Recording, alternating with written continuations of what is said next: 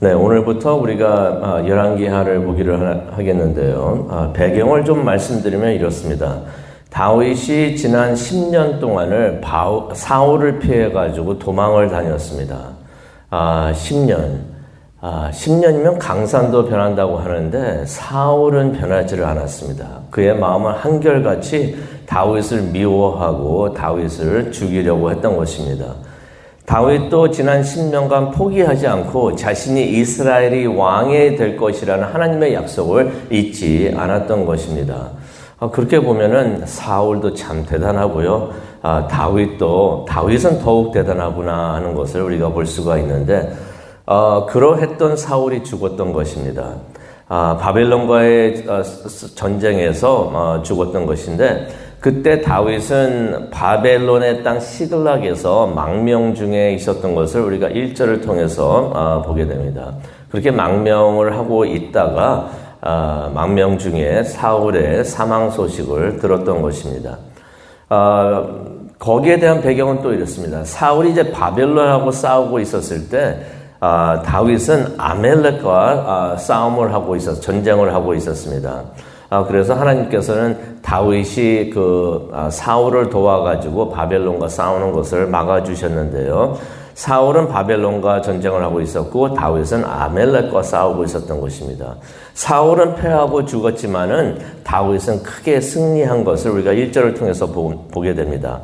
그래서 다윗이 전쟁이 이기고 다시 시글락, 바벨론 땅이 되겠는데요. 시글락에 돌아왔을 때 사울의 진영에서 도망을 나온 한 청년을 만나게 됩니다. 2절에 보니까 그 사람의 옷을 보니까 다 찢어졌다고 그랬어요. 머리에는 그냥 흙으로 먼지로 막 덮여 있었고요. 누가 봐도 상태가 좋아 보이지가 않습니다. 이 사람이 가지고 온 그 소식이 좋은 소식이 아니라는 그러한 것을 우리가 볼 수가 있겠는데, 그 사람이 다윗 앞에 엎드려가지고 절을 합니다. 그러면서 패전의 소식을 전했던 것입니다. 그러면서 이제 4절을 보니까 사울과 그의 아들 요나단도 전쟁 중에 죽었다 하는 그러한 소식을 전합니다. 이때 우리가 추측을 할 수가 있겠는데요. 이때 다윗의 마음에 여러 감정이 교차했을 것이다 라는 것을 우리가 추측을 할 수가 있습니다.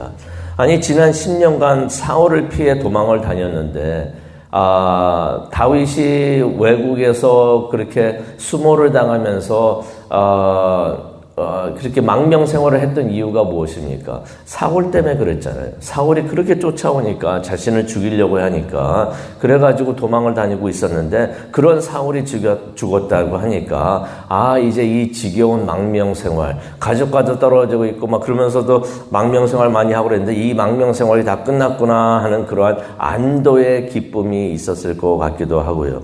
또 자신이 그토록 형제같이 사랑했던 요나단이 죽었다는 어떻게 보면 날벼락 같은 소식이죠. 그 소식을 들으면서 가슴이 찢어지지 않았었을까.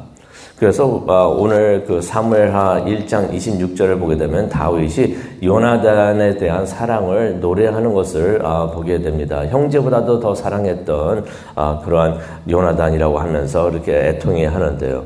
그러면서 또 다윗이 사울이 죽었으니까 기뻐했는가? 그렇지도 않습니다. 사울의 죽음도 애통해했던 것을 보게 됩니다. 그러면서 이제 24절에도 그런 말을 하죠. 사울을 위해서 울라고 말을 합니다. 그러면서 사울을 용사라고 표현하면서 이러한 용사가 죽었다고 애통해하는 다윗의 모습을 보게 되는데요.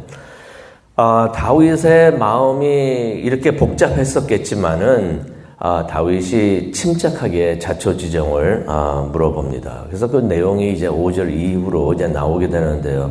그래서 이 청년이 대답을 해줍니다. 이렇게 해서 사울이 죽은 것을 내가 알게 됐습니다. 라고 말을 합니다. 그 내용을 한번 보기를 원하는데요.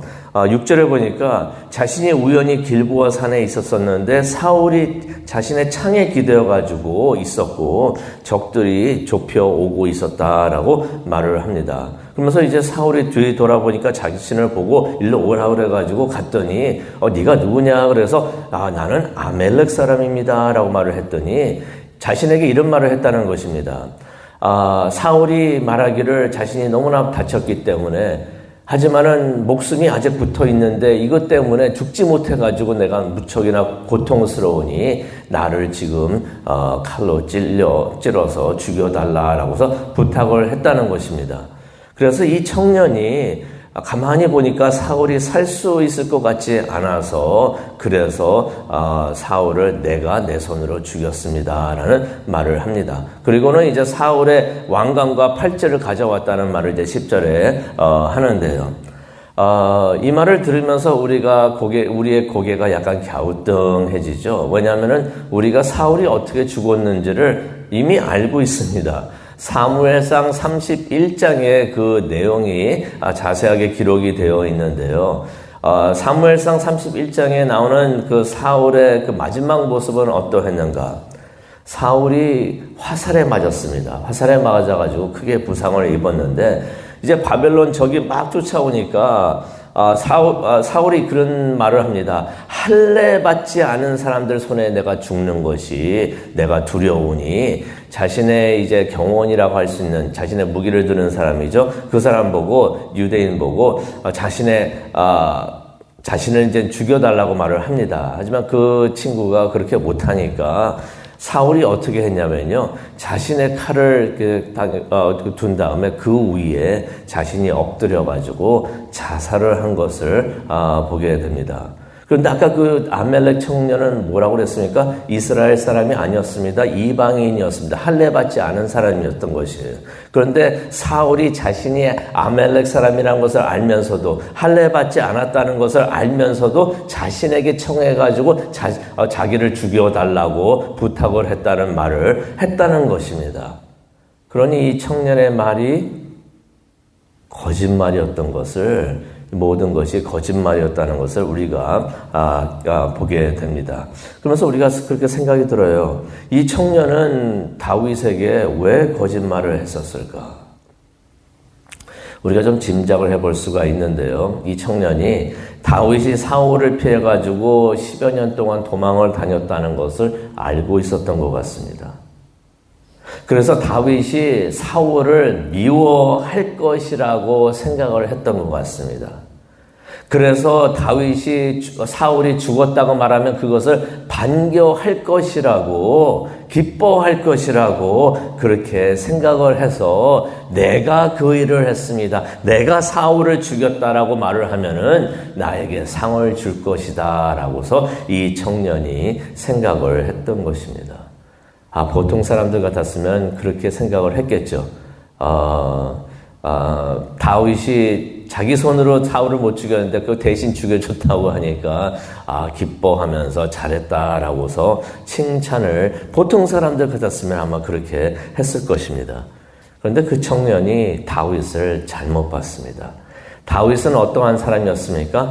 하나님의 마음을 찾고 있었고 하나님의 마음이 무엇인가 그 하나님의 마음을 쫓고 있었던 사람인 것입니다. A man after God's own heart. 하나님의 마음이 어떠한가 그 마음을 열심히 쫓고 따랐던 사람이 바로 다윗이었던 것입니다. 하나님이 무엇을 원하시는지 그것을 알기를 원했고 그것을 알았던 사람이 바로 다윗이었던 것이에요. 그래서 다윗은 자신의 사소한 감정보다도 하나님의 뜻이 우선인 것을 그렇게 생각을 하고 그렇게 삶을 살았던 사람이 바로 다윗이었던 것입니다. 하나님의 마음은 그럼 어떠했습니까? 하나님의 마음은 이러했던 것이죠. 원수도 사랑하라. 너를 힘들게 하는 사람까지도 사랑하라. 사랑을 하는데 이웃을 사랑하는데 그런 사람까지도 사랑하라라는 것이 하나님의 마음이었습니다. 그 하나님의 마음 나중에 예수님께서 신약시대에 와가지고 그것을 우리에게 가르쳐 주십니다. 다윗이 하나님의 마음이 그렇다는 것을 미리 알고서 예수님께서 그 말씀을 하시기도 전에 그러한 하나님의 마음을 실천하고 있었다는 것을 우리가 성경을 통해서 보게 됩니다. 솔직히 말해서요, 다윗이 사울에 대해서 충분히 그렇게 생각을 한다고 해도 누가 뭘 할 사람 하나 더 없었을 것입니다. 다윗이 그렇게 하고 사울이 죽은 것을 기쁘게 생각하고 그렇게 한다고 하더라도 그거 뭐라고 할 사람이 아무도 없었을 것이에요. 아마 사람들이 전부 다 그런 다윗을 이해를 했을 것입니다. 그렇게 오랫동안 사울 때문에 고생을 했는데 당신 그렇게 해도 당연합니다 라고서 사람들이 말을 했었을 것인데, 다윗은 그러한 마지막 순간까지도 사울을 미워하지 않았다는 것을 우리가 성경을 통해서 보게 됩니다. 그리고 우리가 읽지는 않았지만 17절부터 27절까지의 말씀을 보게 되면은 다윗이 사울의 죽음을 진심으로 슬퍼하면서 애통해했던 것을 우리가 보게 되는데요. 오늘 이 말씀을 보면서 우리가 기도하는 시간을 갖기를 원합니다. 역시 다윗은 큰 사람이었구나 하는 것을 우리가 보게 됩니다. 그래서 하나님께서 기뻐하셨던 다윗은 하나님의 종이었구나. 그러면서 그런 생각을 또 해봅니다. 다윗처럼 하나님의 쓰임을 받으려면은 다윗같이 하나님의 마음을 알고 따르는 사람이 되어야 하겠구나.